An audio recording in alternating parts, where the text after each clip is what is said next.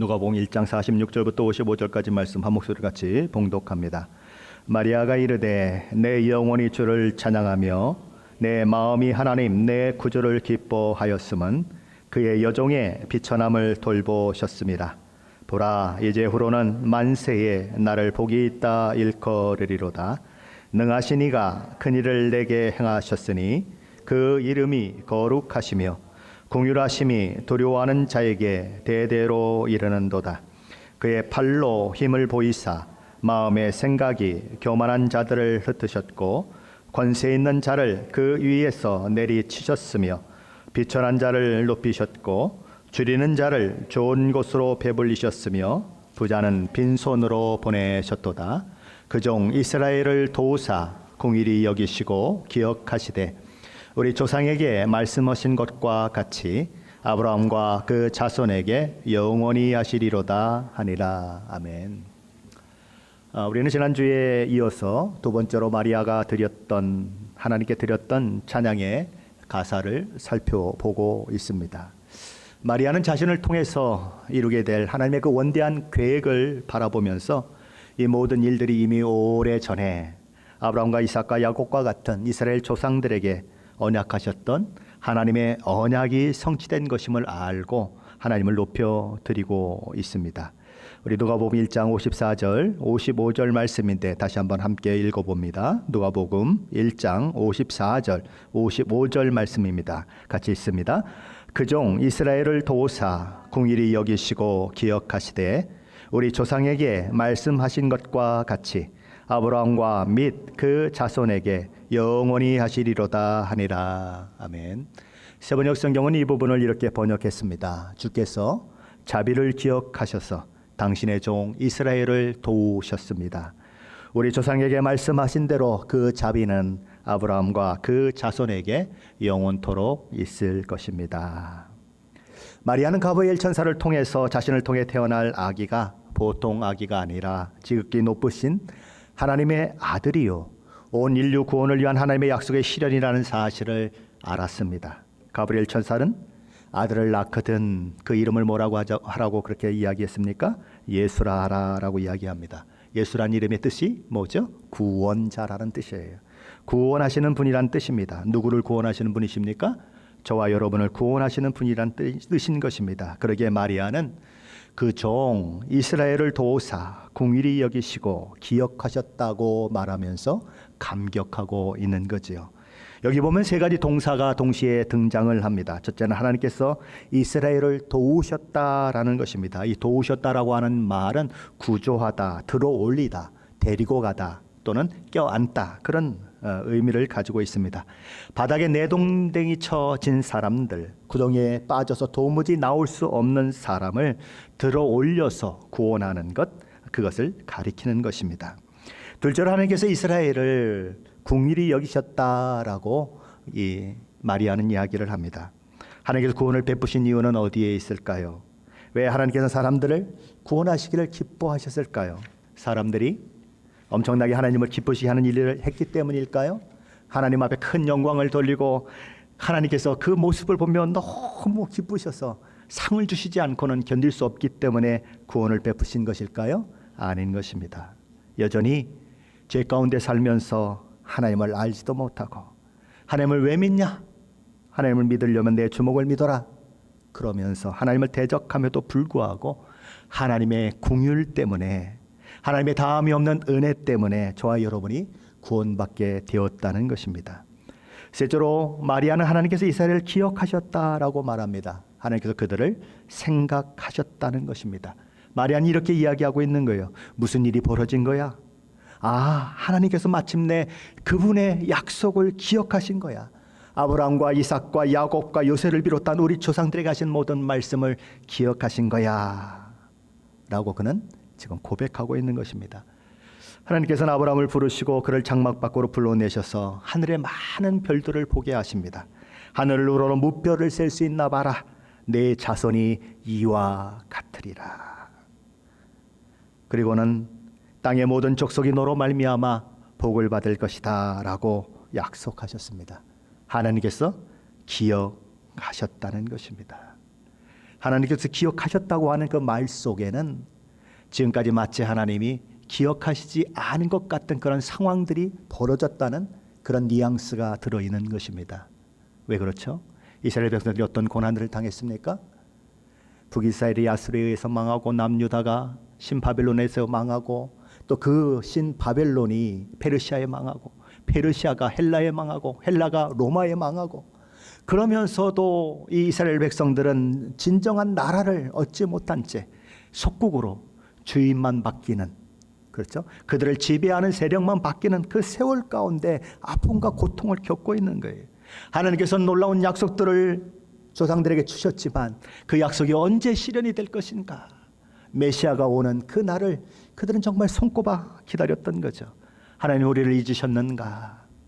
하나님 우리를, 이 상황을 우리가 어떤 위치 가운데 있는지를 모르시는가? 그런 마음들이 들 수밖에 없었던 그런 일들이 있었는데 하나님이 드디어 우리를 기억하셨다라고 얘기하는 것입니다. 저 여러분의 신앙생활 속에도 종종 그런 일이 있습니다. 어려워요.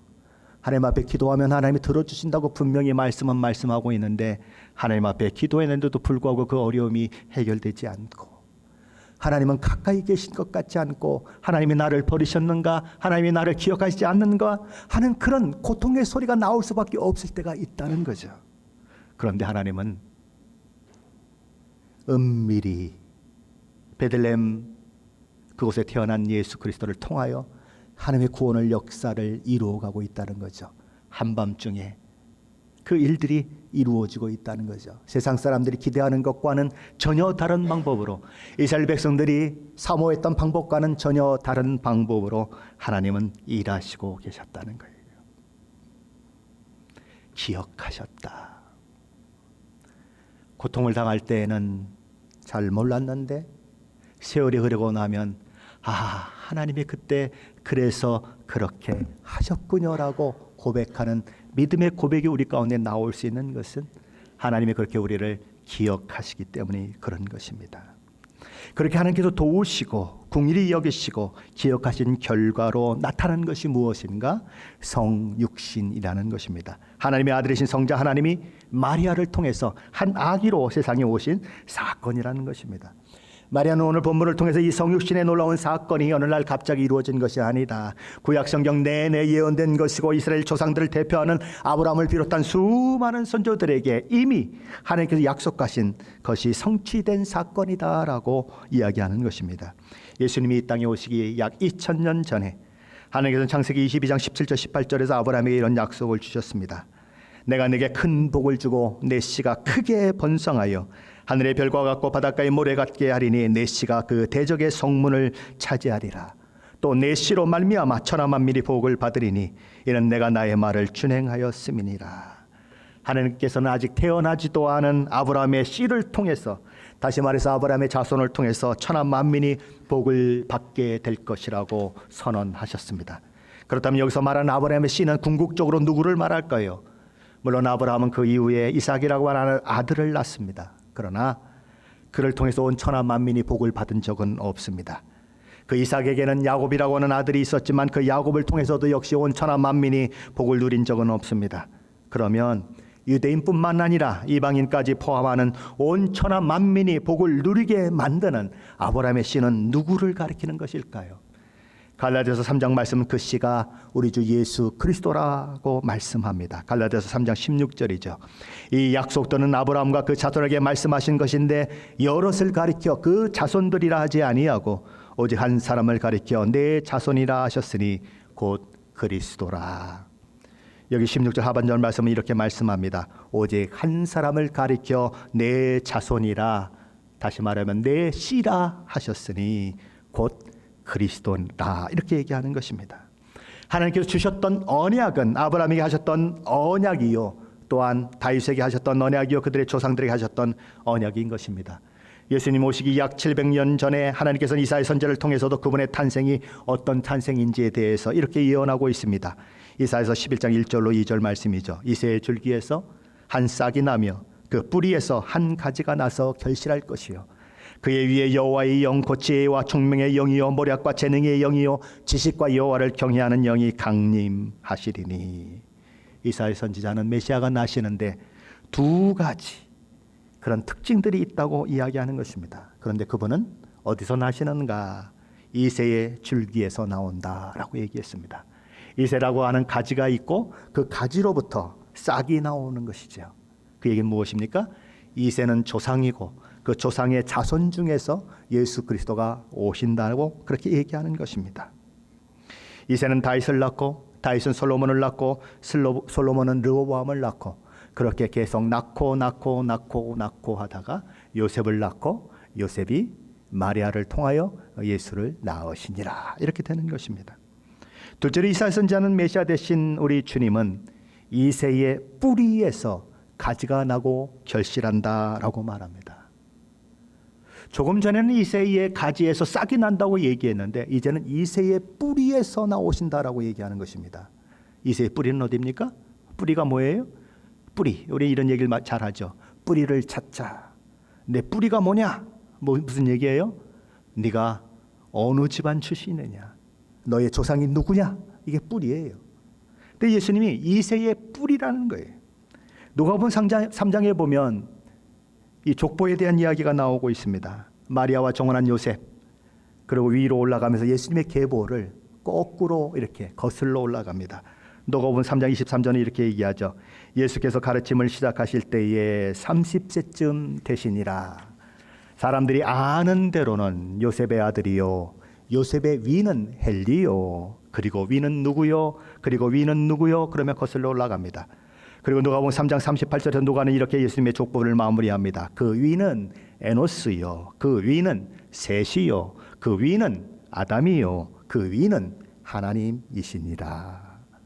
족보의 뿌리를 파고 계속 들어갔더니 누가 나오셨습니까?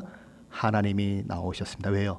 하나님이 천지를 창조하셔 인간을 창조하셨기 때문에 하나님으로부터 아담이 시작되고 아담이 이제 셋을 낳고 셋이 에노스를 낳고 이런 일들이 일어나는 것입니다. 그렇게 뿌리는 누군가? 이새의 뿌리에서 났다고 하는 의미가 무엇인가?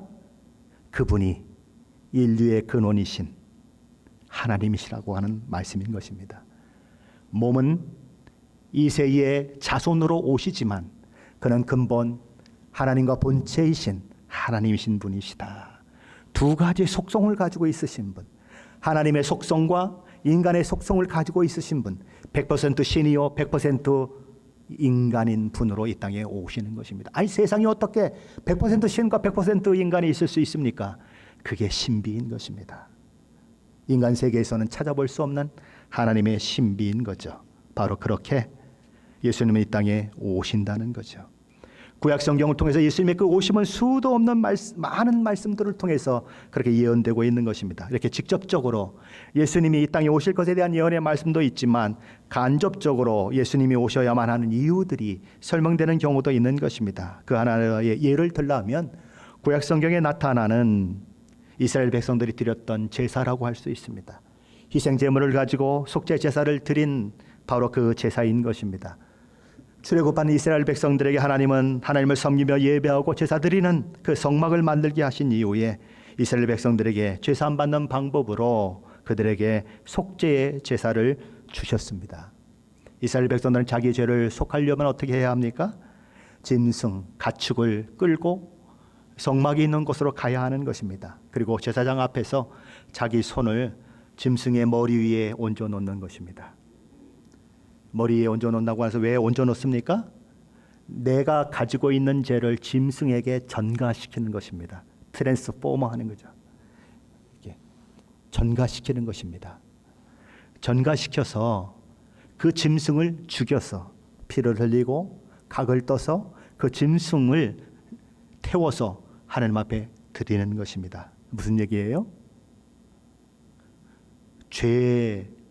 인간이 가진 죄는 피 흘려 죽을 수밖에 없는, 사망을 이룰 수밖에 없는 죄인데 그 죄가 짐승에게 이렇게 손을 얹어서 안수할 때에 내 죄가 짐승에게 전가되고 내 대신에 짐승이 죽음으로 인해서 죄사함 받는 그 일들을 허락하신 것입니다. 그래서 구약 시대에도 하나님은 은혜를 베푸셨어요.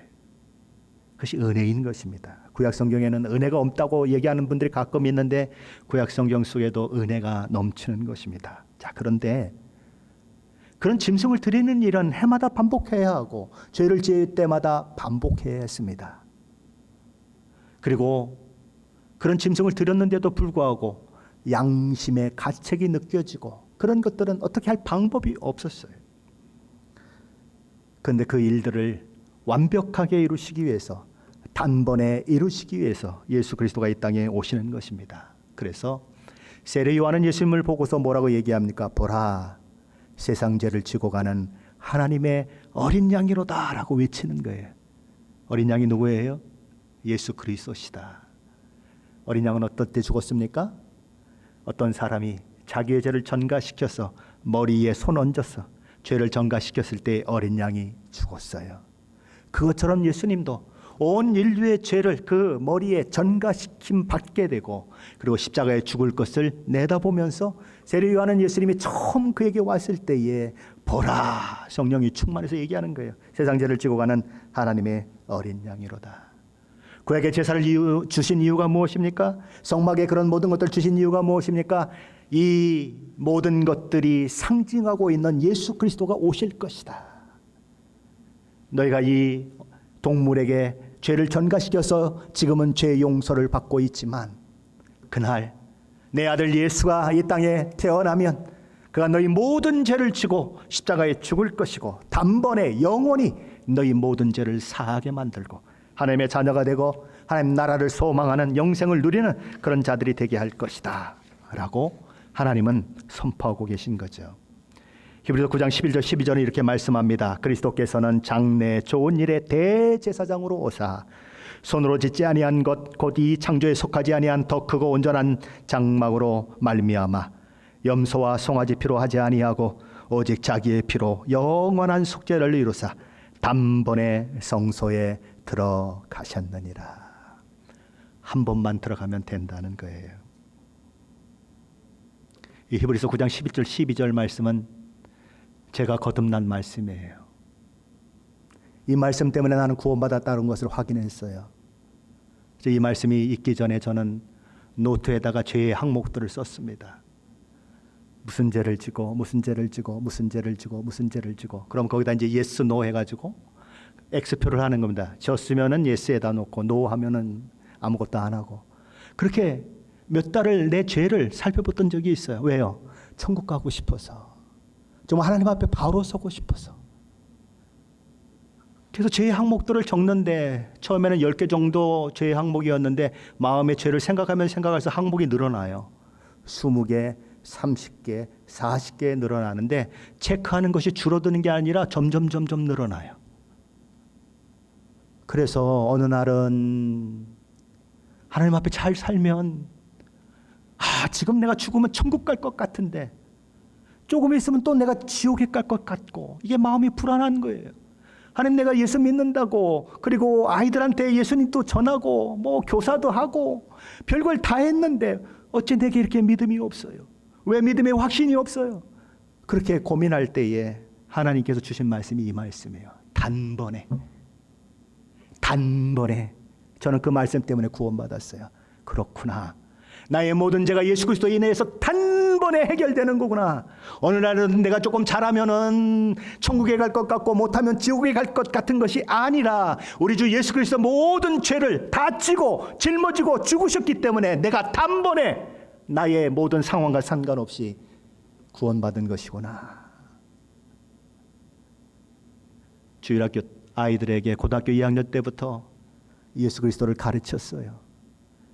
고3이 되고 그리고 대학을 입학하기 바로 그 전에 바로 이 말씀 때문에 제가 구원을 받고 하나님의 그 은혜, 확신을 느끼고 지금까지 오고 있는 거예요.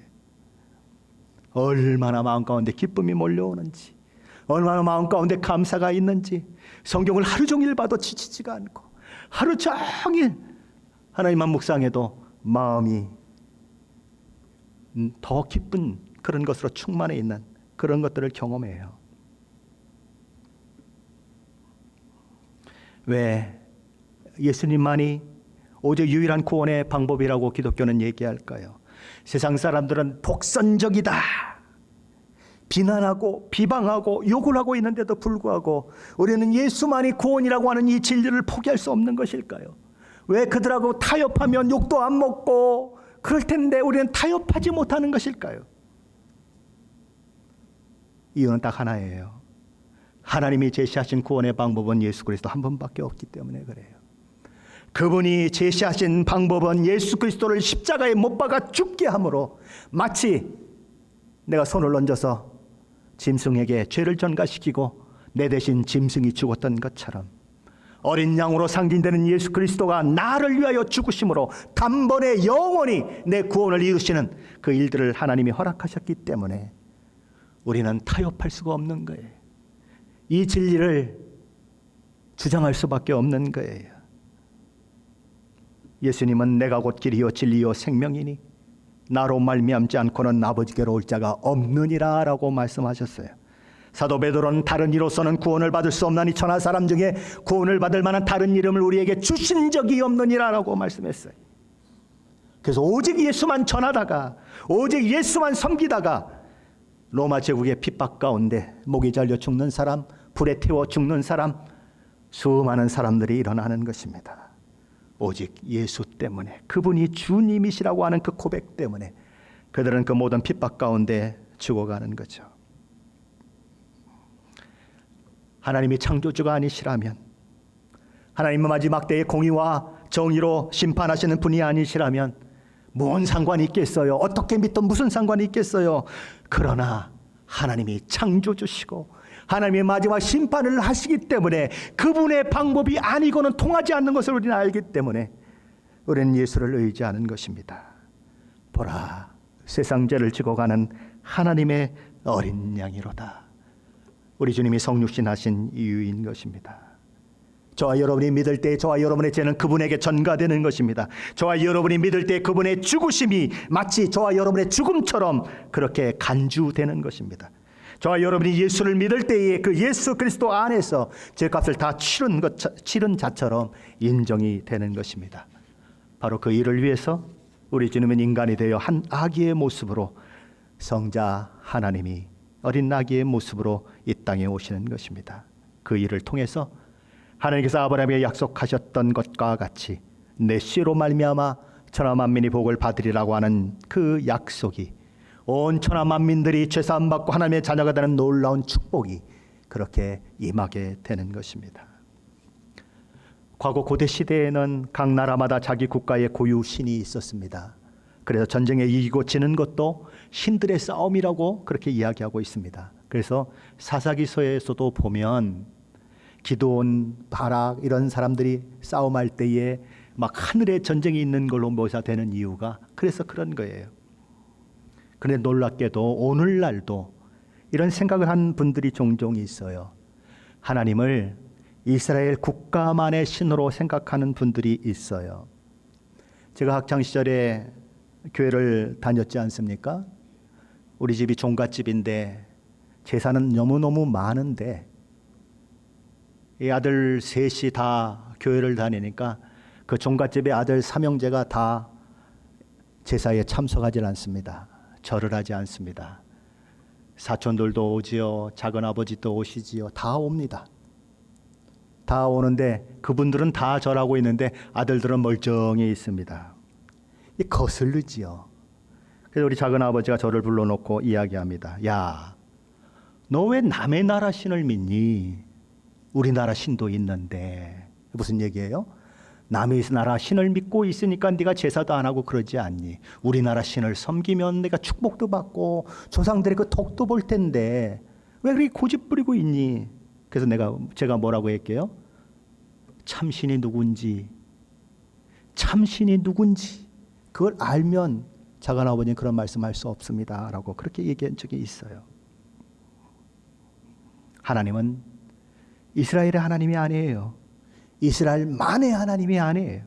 온 세상 만국을 창조하신 신이시고 온 우주 만물의 주인신 신이시고 온 세상을 마지막 날에 심판하실 심판주이세요. 하지만 사람들은 오해합니다. 현대인들도 오해합니다. 그러니 과거 2000년 전의 유대인들은 오죽했겠습니까? 예수님의 제자들조차도 하나님을 유대인의 하나님으로 그렇게 생각합니다. 시몬 베드로조차도 우리 주님 십자가를 통한 구원이 오직 유대인에게만 해당되는 것으로 생각했어요.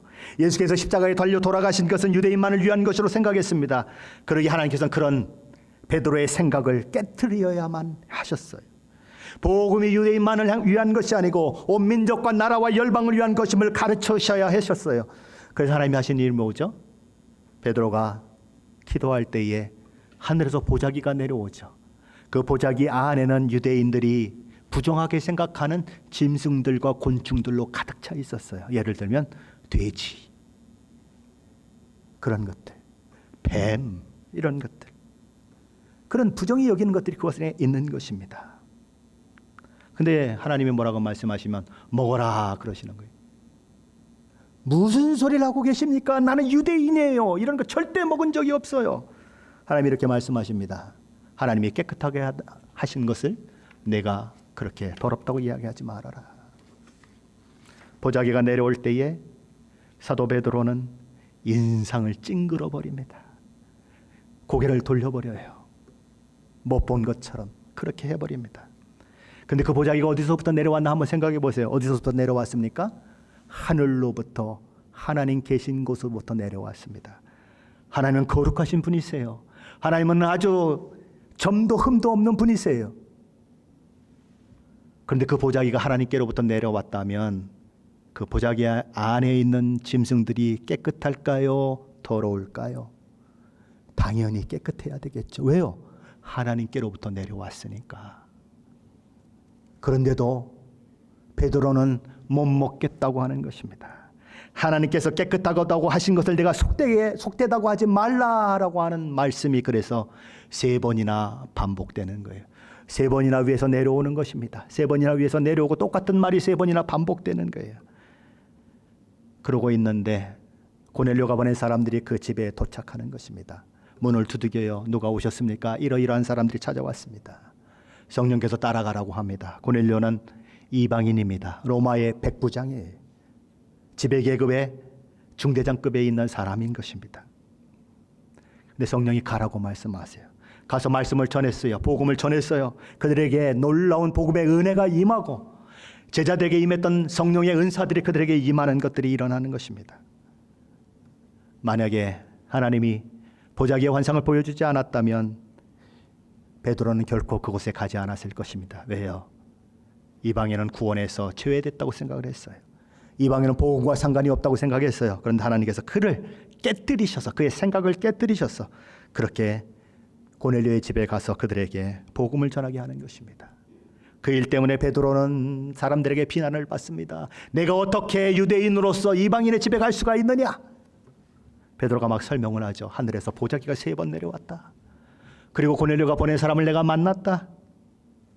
그 갔더니 내가 복음을 전했더니 당신들과 내가 처음에 마가의 다락방에서 모여서 기도할 때 내렸던 성령이 그들에게도 내리고 우리가 받았던 그런 똑같은 하나님의 성령의 선물들이 그들에게도 나타나더라. 그랬더니 그들이 뭐라고 얘기합니까? 그러면 하나님이 이방인에게도 구원을 주시는 거네. 이렇게 되었어요. 그렇게 힘들었다는 거예요.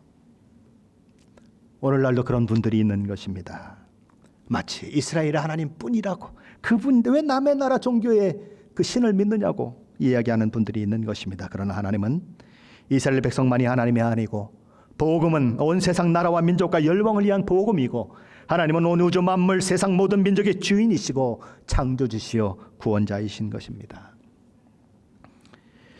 2017년 1월 17일자 국민일보 신문 미션 라이프라고 하는 섹션에 중국의 석학 이모당이 하필 기독교인이 된 이유란 글이 실린 적이 있습니다. 그는 중국에 온 선교사를 통해서 예수님을 믿게 되었던 사람이죠. 그리고 그 선교사를 통해서 미국에 유학을 가게 됩니다. 미국에 유학을 와서 보니까 중국과는 전혀 다른 세상이 펼쳐지고 있어요. 얼마나 자유롭고 풍요롭고 그런지 그 풍요와 자유로움을 누리다가 그만 신앙을 잃어버리게 됩니다. 하나님을 떠나게 됩니다. 그런데 그가 아주 석학이 되고 세상 사람들을 놀래게 할 만큼 그런 놀라운 사람이 된 이후에 그는 다시 기독교 신앙으로 돌아옵니다. 나는 탕자입니다 라고 그러면서 기독교로 돌아옵니다. 사람들이 너무 이상해서 물어봤어요. 아니 어떻게 다시 기독교로 돌아갈 수가 있습니까? 그는 이렇게 말합니다. 나는 불교와 유교와 기독교에 대해서 나름 깊이 연구해 보았습니다. 그런데 불교는 업보를 주장하고 유교는 도덕적으로 질타를 하지만 거기에는 생명이 없었습니다. 오직 기독교에만 참 생명과 진리가 있었습니다. 그러면서 그는 한 예화를 자기 스스로 만들어서 이렇게 얘기했습니다.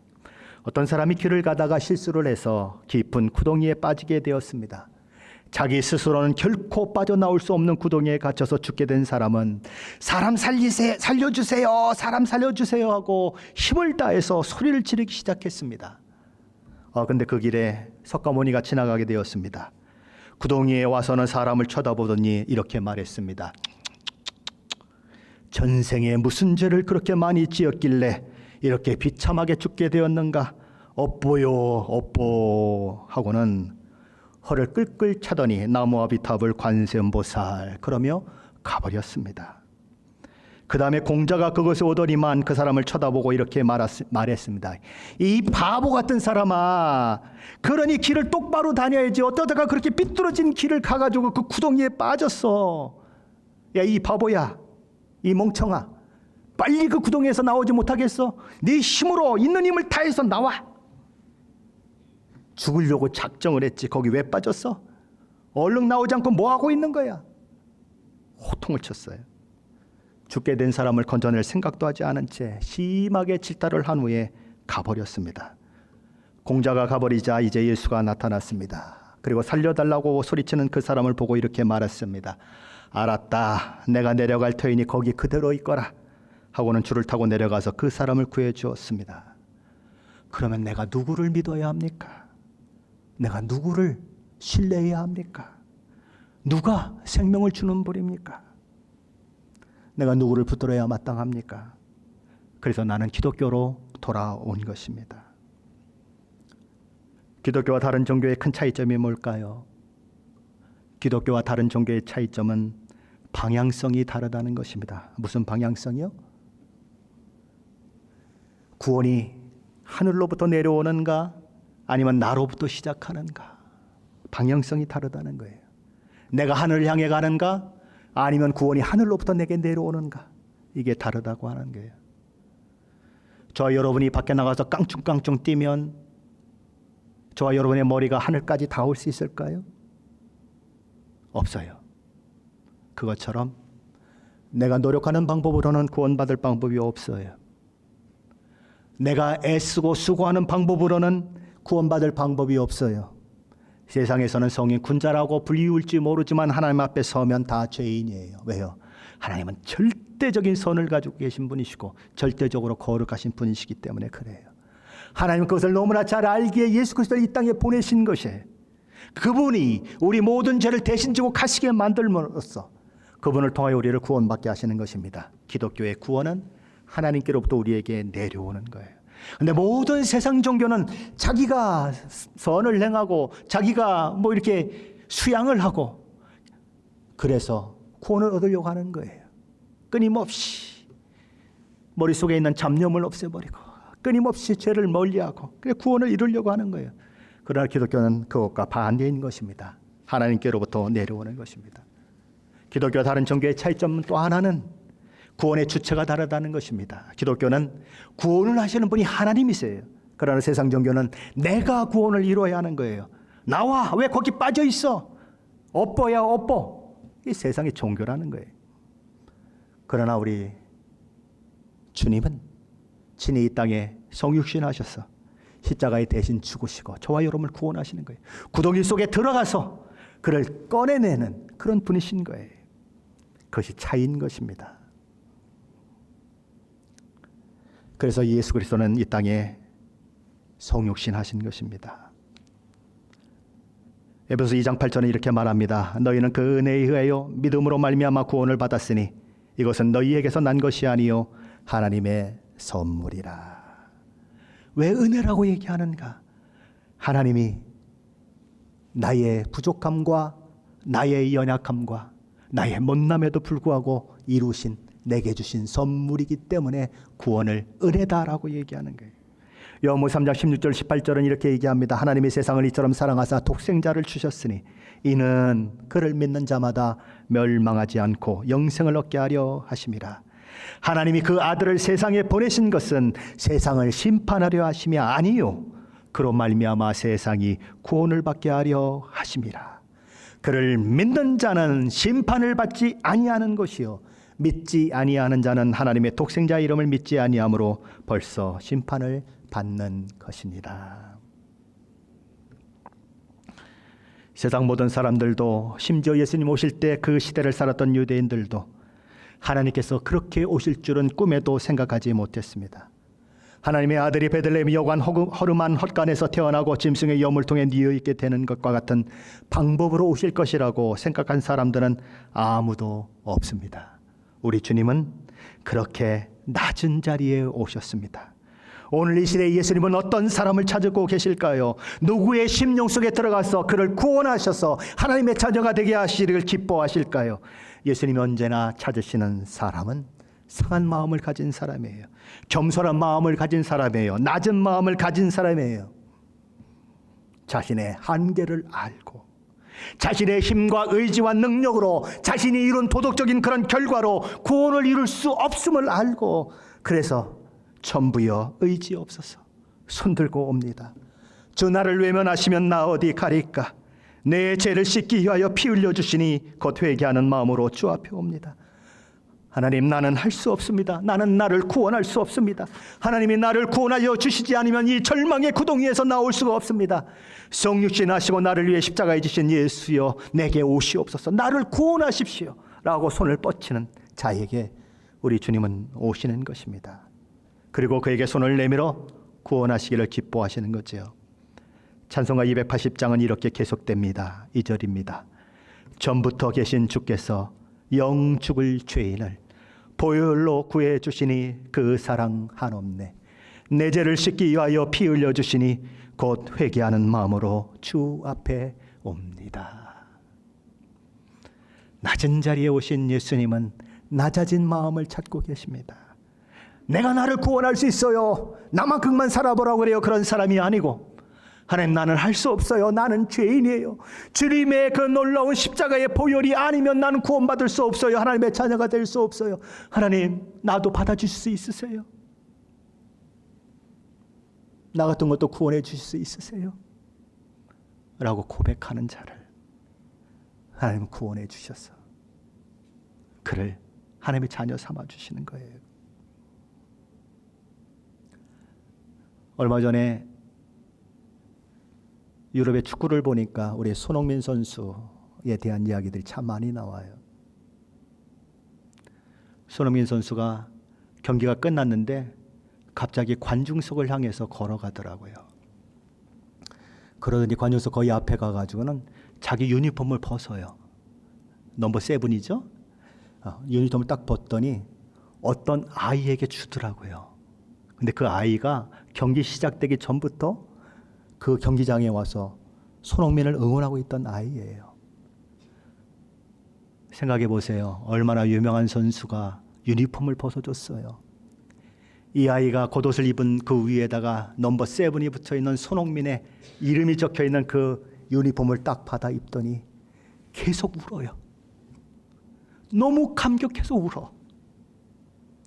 관중들은 다 갔는데 또 울어요. 그게 너무 고마워서 울어요.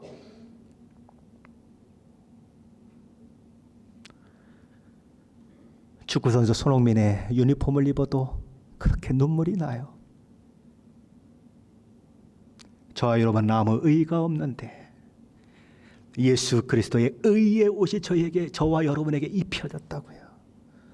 손흥민의 유니폼이 아니고 예수 그리스도의 의의 옷이 저와 여러분에게 입혀졌다고요. 그래서 예수님이 의로운 것처럼 저와 여러분도 의로운 자로 인정됐다고요. 예수님의 유니폼 때문에, 내 안에 아직도 거짓이 있고, 내 안에 아직도 더러움이 있고, 내 안에 아직도 그게 교회냐, 그게 믿는 사람이냐라고 손가락질하는 그런 모습들이 있지만, 예수님의 유니폼이, 의의 유니폼이 내게 입혀져서 나의 죄는 다 가려지고, 내가 너를 얼마나 사랑하는지 아니? 너는 죄 없는 자다. 너는 의로운 자다. 라고 하나님이 저와 여러분을 인정해 주시는 거예요. 그게 구원이에요. 저와 여러분이 뭐가 잘나서 이렇게 하나님을 예배할까요? 교회가 세상보다 나은 게 뭐가 있어요? 때로는 교회가 세상만도 못하지 않아요? 그러나 그럼에도 우리에게 소망이 있는 것은 예수님의 유니폼이 저에게 입혀졌기 때문에 그런 거예요. 못나도 상관없어요.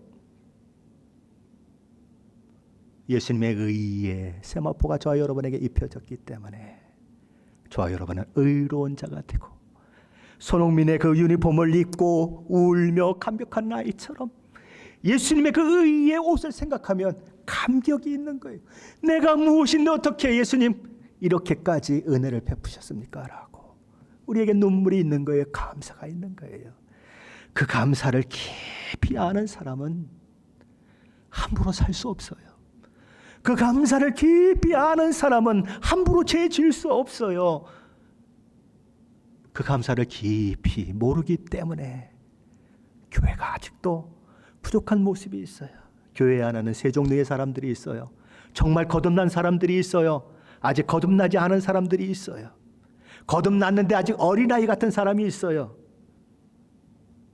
정말 성숙한 사람들은 아름다운 모습을 보여주고 그렇게 하지만, 이제 거듭난 지 얼마 안 돼서 어린아이 같은 사람은 뭐 할까요? 어린아이는 떼쓰는 게 자기 일이에요. 앉으면 그냥 자빠져서 우는 게 어린아이 특징이에요. 그런 어린아이 같은 사람들이 교회에 있어요. 또한 교회 안에는 아직 예수 믿지 않는 사람들이 있어요. 전혀 삶이 변화되지 않은 사람들이 있다고요. 같이 도매금으로 교회가 넘어가고 있지만, 교회는 그럼에도 불구하고 오직 유일한 이 땅의 희망이에요. 왜요? 그 교회는 하나님이 세우신 교회이기 때문에 그래요. 우리 주님이 이 땅에 오셔서 성육신 하신 것, 저와 여러분의 그 의의 세마포, 우리 주 예수 그리스도의 유니폼을 입혀주시기 위해서 그런 거예요. 그 은혜를 늘 생각하시며 오늘 하루를 하나님의 은혜를 생각하시며 살아가시는 저와 여러분이 되시기를 예수 그리스도 이름으로 간절히 축원합니다.